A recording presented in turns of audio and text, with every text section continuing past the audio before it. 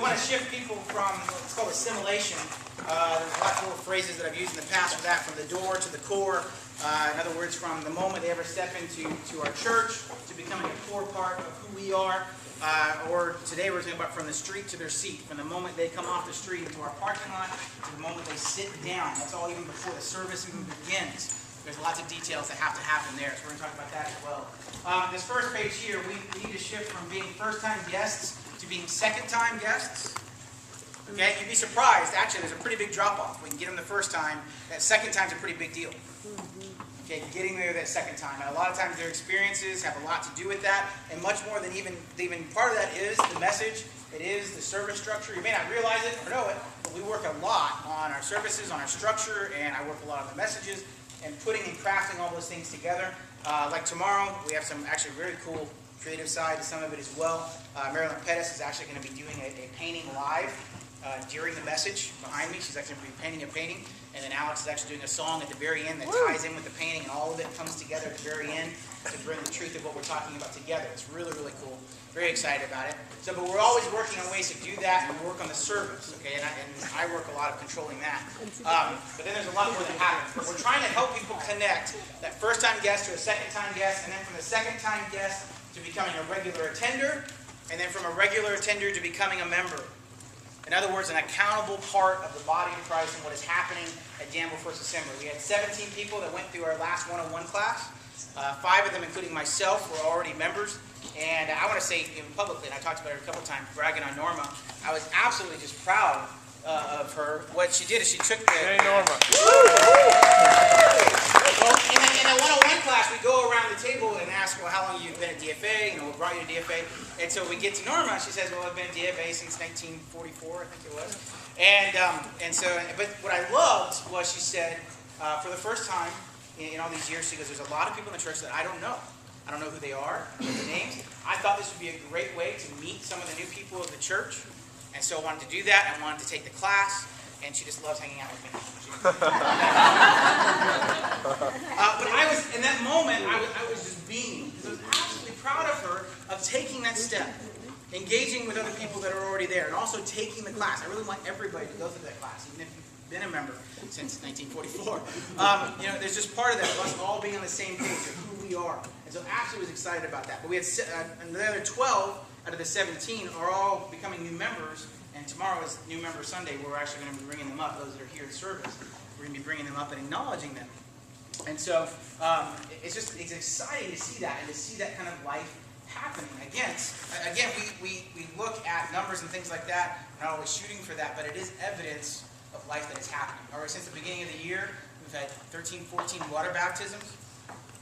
We already have some more that need to be water baptized. Life is happening. God is doing it. And the more faithful we continue to be in the little things, the more God will exponentially grow it. So those are the steps. That arrow is there. First-time guest, a second-time guest, a regular attender, to being a part of the membership of Danville First Assembly. I'm not going to get into the target a lot. If you looked at the board manual at all by chance, then I talk about that in much greater detail. The core for me is the leadership, which is in the very center of the core, is staff and board members that function and work together at the core of the church. The second ring is everybody who is a volunteer and leader in this capacity of the church.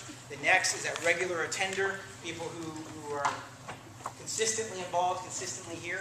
And then the next fringe outside of that, the crowd, are people that are here every once in a while. We do have a crowd that's out there. When even on everyday kind of Sundays, we would have times since last Easter where we would be like 260s, 270s. Our average in the last 3 years, again, we do watch it. I think 3 years ago, I think it was like 205, and then the next year it was 215 on average Sunday attendance. The next year was 225. Between a certain portion of last year's and going into this year, the average was more in the 240s. So each year that's incrementally, we're seeing that happen. And we seem to keep getting better at connecting with people.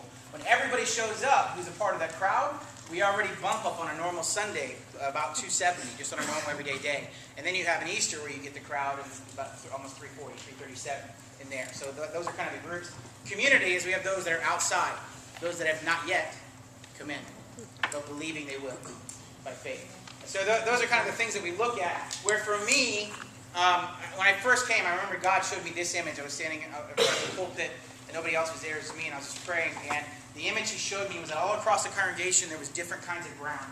There was some ground that just needed to be aerated, it was healthy, it just needed a little bit of the work. And as I was processing this, it was as I was preaching, it was the Word that was going forward and what God was going to be doing through the Word. And so different parts of the ground needed different things. Some of it needed to be dug up, needed to be trenched, needed to be broken up.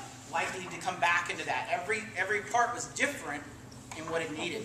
And so that's kind of an unusual task for us. We have people in our congregation all the way from not even yet made a commitment to faith, to newborn in the faith, people who've been walking with God for a long time.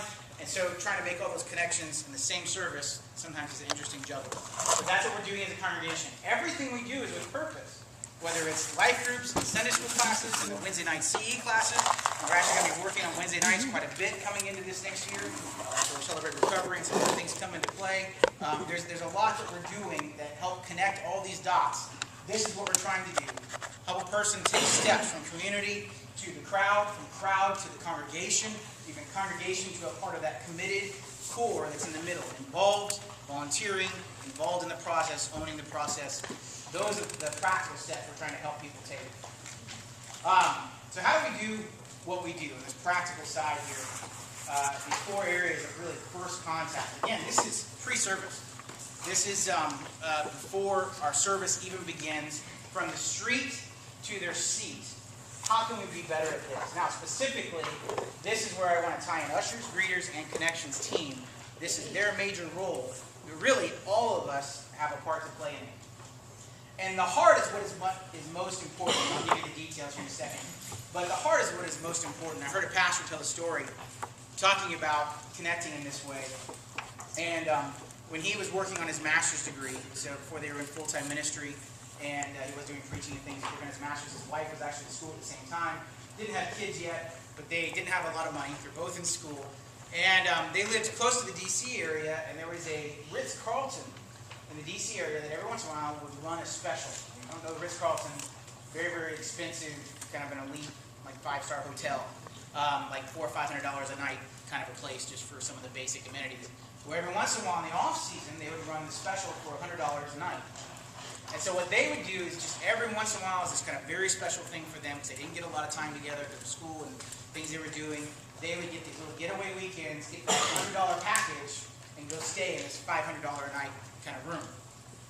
We said the first time they did that, he said they're driving, he said they have this old, like, beat-up gray car, and he's thinking, when we pull up, he goes, I know what the guy's going to say is, sir, the Motel 6 is down the street. He's going to think, we're in the wrong place, we're not even supposed to be here. And so he's just not sure what the welcome is going to be, and he says from the moment he drove up, he was just impressed with this place. He said they drove up, and the guy walked around the back of the car and came to his door and opened up the door. And he said, who is with us today at the Ritz-Carlton? And he says, oh, well, he introduces us, my name is so-and-so, and this is my wife. And he goes, oh, that is fantastic, sir. And he looks up to his friend that's already at a little booth over here and says, we have Mr. and Mrs. So-and-so from North Carolina who are with us. And he kind of looks like, how does he even know that? And he instantly pulls them out, and they get it, says, sir, can I get your luggage? I mean, it is just first class all the way. Later on, he starts to dissect it, and he goes to these guys and says, okay, give me some insight. How do you do what you do? And he said, because I was really impressed. Because from that moment when they went in and they're greeted at the desk, and all of a sudden they already had their information up, they already had their name, they already had their room, they already had the keys, they already knew who they were. And he's like, how do they even know that? I haven't even given them anything. And so all the little details, in fact, there's some of the pictures right there on that page. When they go in the room, you see there, they got the teddy bears, they got the popcorn, they got the drinks. Those are sodas, by the way. They got the drinks that are there. It was the details of what they needed. I mean, down to the details. So at one point, they went out, and they'd gone to see a show or something. When they came back, they needed to use the restrooms downstairs before they even went up to the room. He says, and when you went in, he said, when he went in, first of all, it was just immaculate. And the details that were done in there. He said, and then there were all these extras. His wife came out talking about how there were these lotions and other things that women like to have, and all the little details that were there. You know, he said it was just impressive from all the little things that were done. And he asked some of the guys out front, he goes, okay, give me some insight. How do you do this? He goes, well, here's one of the practical things is that when you pull up, he said, I walk behind your car for a reason. I look at your license plate to see what state you're from. And then when I ask you your name, when I give your name and where you're from,